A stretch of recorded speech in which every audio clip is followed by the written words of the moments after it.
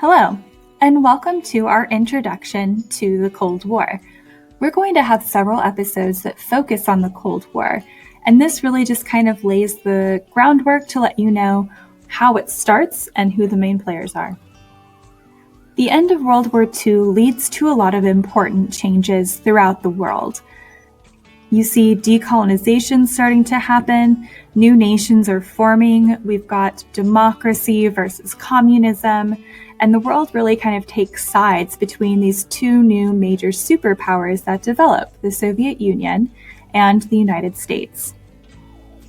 One big thing to come out of World War II is the creation of the United Nations. So originally after World War I, President Woodrow Wilson created the League of Nations, which the United States was not a part of.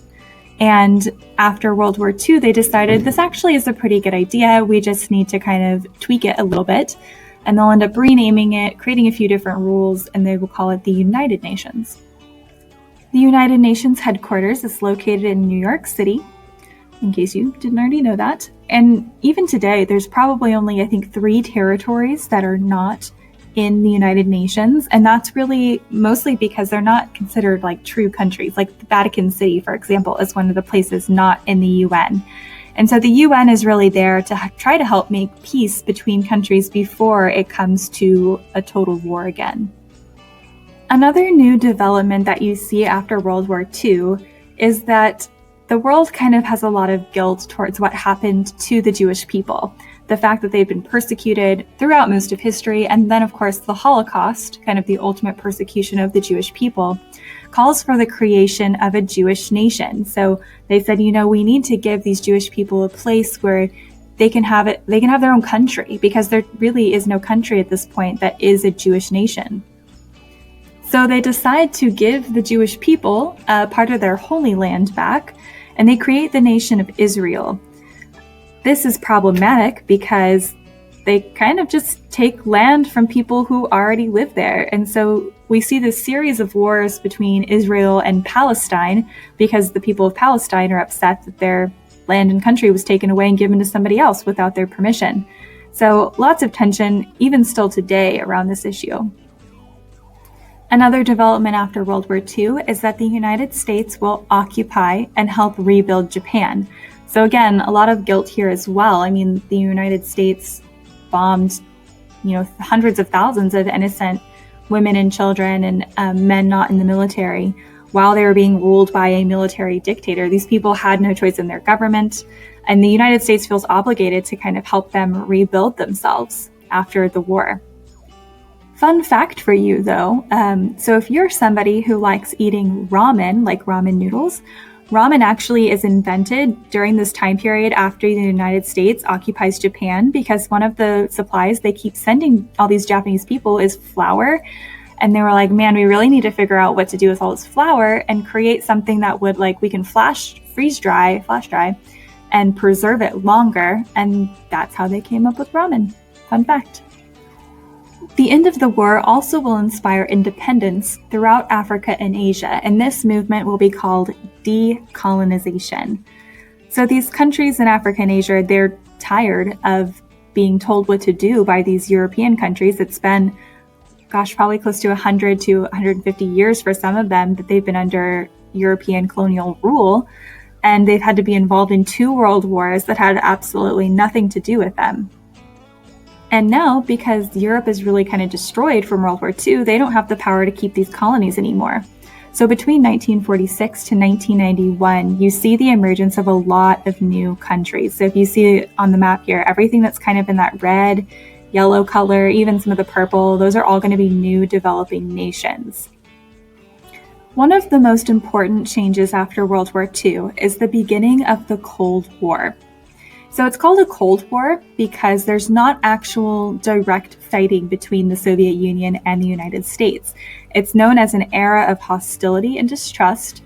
There's also proxy wars going on where we're fighting indirectly through other people, but there is not a point where it's actually like the Soviet Union and the United States actually physically fighting each other. So from 1945 to 1991, the United States and the Soviet Union entered an era of distrust and hostility known as the Cold War. And this is where the United States and the Soviet Union are really known to be superpowers of the world, and they're the ones that are going to dominate world politics. So let's dive into some of the defining principles of the United States and the Soviet Union. So the United States really is operating based off of the concept of capitalism, which revolves around private ownership of industry, freedom of competition, and the style of government is like laissez-faire towards the economy, so they're really not going to get involved. Remember, laissez-faire, think of lazy government. So one of the criticisms of capitalism is that because there's really no government control of the economy, you get huge discrepancies in wealth. So it leads to these different economic classes. Some people are really, really rich and other people are really, really poor. And there is a middle class, but it argues that the rich stay rich, the poor stay poor is kind of the capitalist model or the criticisms to it. You also see with the United States, of course, they operate under a democracy, where they are the government of the people. So people elect their leaders, and their leaders are the ones that make the decision. So it's not a direct democracy, it is a representative democracy. And so the United States are going to be trying to spread capitalism and democracy all around the world after World War II. And at the same time, the Soviet Union is going to be trying to spread socialism. So in socialism, the government owns all industries and farms, and the goal of the government is to bring equality to their people. So the idea that if the government equally distributes everything and they own everything, there really isn't any private individual wealth. So there aren't the extremely rich and there aren't the extremely poor. Everyone will have kind of a middle ground. So the goal of this is to really have a classless society with no rich or poor. They also are going to operate under a more totalitarian regime. So in most cases, these Soviet governments are led by a dictator. There usually is some sort of kind of sham of an election where they say an election's happening, but everybody knows who the winner was going to be. And these dictators will have total control over the aspects of people's everyday lives. It's in their personal life, in their work life. The government sees all, knows all, is all. Very Big Brother-like. So some more categories that kind of define the two groups. The United States is going to promote the value of freedom, so freedoms of speech, the press, and business, which are things that the Soviet Union will really actually repress in their regimes. You also see the United States valuing individualism, so the idea that people need to be able to do things on their own without support from the government or from their community, basically. The United States also talks about competition as being a good thing, and that's the best way for individuals to have more power, status, and money, is that competition is healthy, it creates the best types of products and really pushes innovation. Whereas the opposite end of the spectrum, the Soviet Union will value equality more. So they value basic needs like homes, education, jobs for all people rather than the promotion of just the few. So instead of having that competition, making the best, they're going to value having everybody at an equal quality level. They also value collectivism. So this emphasizes the need for people to work together to benefit everyone, that your burden is my burden, and that without each other, we're not able to survive as a country and a community. Another aspect of that collectivism is the idea that everyone's job is valuable, and so we should pay them all kind of similarly. So that, having a doctor in your society is very important. You need people to take care of everyone, but also having an electrician is an important job in your community. You can't have the doctor without the electrician, and you can't have the electrician without the doctor, so why pay them separately? So that's kind of the idea behind Soviet collectivism. So here you really see the two sides of these opposing ideologies. So capitalism arguing that people should have the right to make decisions on their own about what they sell, what they're doing, limited government interference with the economy. And then you've got communism that says that the government should own all property so that we can create equality for everyone, and there should be no individual wealth. So very different opinions. The Cold War was a very scary time for the world. You have to think about the fact that you have two of the two main superpowers, the Soviet Union and the United States, basically in a rivalry with each other, a lot of hostility and distrust, with the United States actively promoting democracy and capitalism, while the Soviet Union is actively trying to spread communism. They're fighting over the same territories, trying to turn them to their side.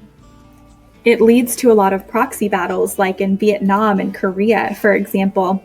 And now you have the added threat that both sides will have nuclear weapons.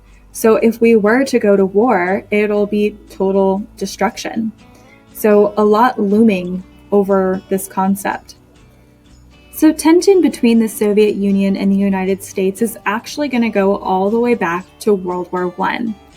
In 1917, Vladimir Lenin led the Bolshevik Revolution in Russia, where they rose up against their monarchy, overthrew them, and then instituted communism in its place.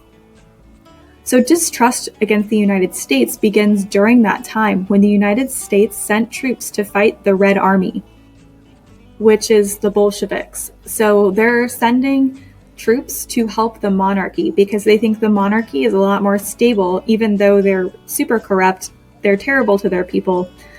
They would rather have them in power than these communists.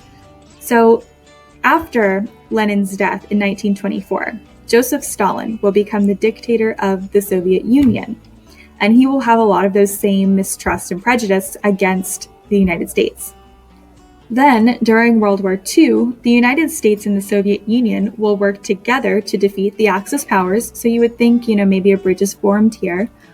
But when Truman reveals that they have this technology to build the first nuclear weapon, and Stalin knew nothing about it, it really kind of makes him paranoid about the United States and says, we need to be arming ourselves against these people. After World War II ended, the situation only got worse. As discussed in the Potsdam Conference, Germany was divided into 4 occupied zones, one by France, one by Britain, one by the United States, and one by the Soviet Union.